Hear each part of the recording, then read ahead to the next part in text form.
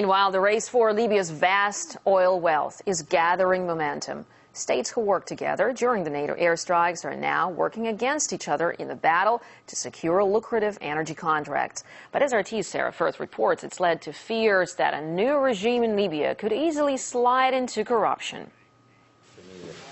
$500 million from Italy, now a whopping $1.5 billion from the UN. All that on top of $300 million from Turkey.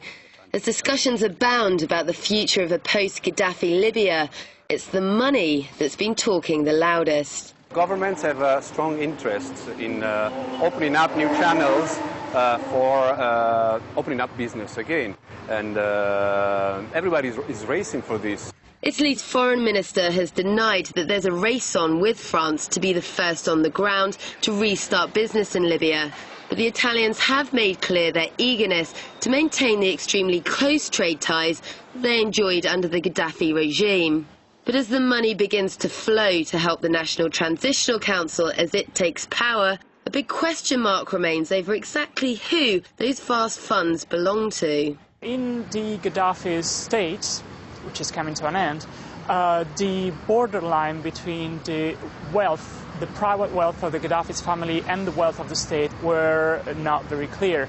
So it's hard to say how much of this money was a direct emanation of Gaddafi's wealth, private wealth, and how much of it was actually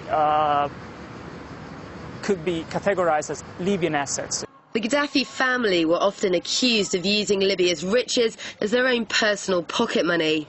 Now there are concerns that the unfreezing of Libyan assets without effective monitoring could open the floodgates to new corruption. Libya is now a land of opportunities, and everybody is trying to, I'd say, loot.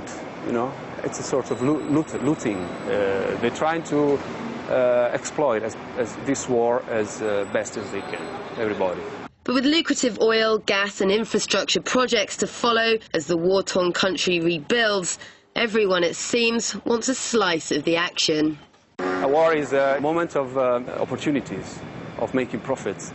A war is nowadays indispensable for Western economies, Western industries to live and to prosper. You know, you destroy, you rebuild. You destroy, you rebuild. It's like a vicious circle. It's not just Italy that have been trying to keep the National Transitional Council on side.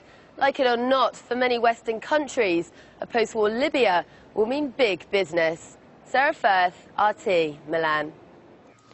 Journalist Pepe Escobar says NATO is selling the story of a rebel victory to the world, when in fact a U.S. undercover operation was the driving force in removing Colonel Gaddafi. The story from the beginning was R2P, responsibility to protect. That was the basis for UN Resolution 1973. That was the basis of the agreement between the US and Saudi Arabia. We get a resolution based on your fake Arab League vote, 9 countries out of 22. And you can do anything you want with Bahrain or in Saudi Arabia itself. But this was the cover story sold to American and European public opinion especially. The Chinese, the Russians, many people in Brazil for that matter, they're not buying it. They know it's a US NATO coordinated operation. Without them, there will be no victory. This would be a stalemate that will go forever. And we have the international community, sort of, basically the Atlanticist powers, taking sides in a civil war. So when they knew that they could go on for months or maybe years on that, they said, okay, let's try to take Tripoli in one day. And they did it because they bombed, basically they bombed the whole city and the way towards the city. As journalist Pepe Escobar commenting on NATO's role in Libya.